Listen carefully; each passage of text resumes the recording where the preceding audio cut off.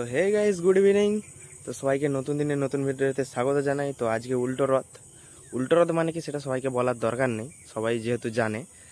তবুও বলে দিই, উল্টো রথ মানে যে জগন্নাথ দেব যে মাসি বাড়ি গিয়েছিল, তো মাসি বাড়ি থেকে আজ বাড়ি যাবে, ঠিক আছে। তো আমরা যেতে চলেছি যে আমাদের বাড়ির কাছে যে রথ হয়, আগেরবার যেখানে দেখেছিলাম, তো সেখানেই যাব।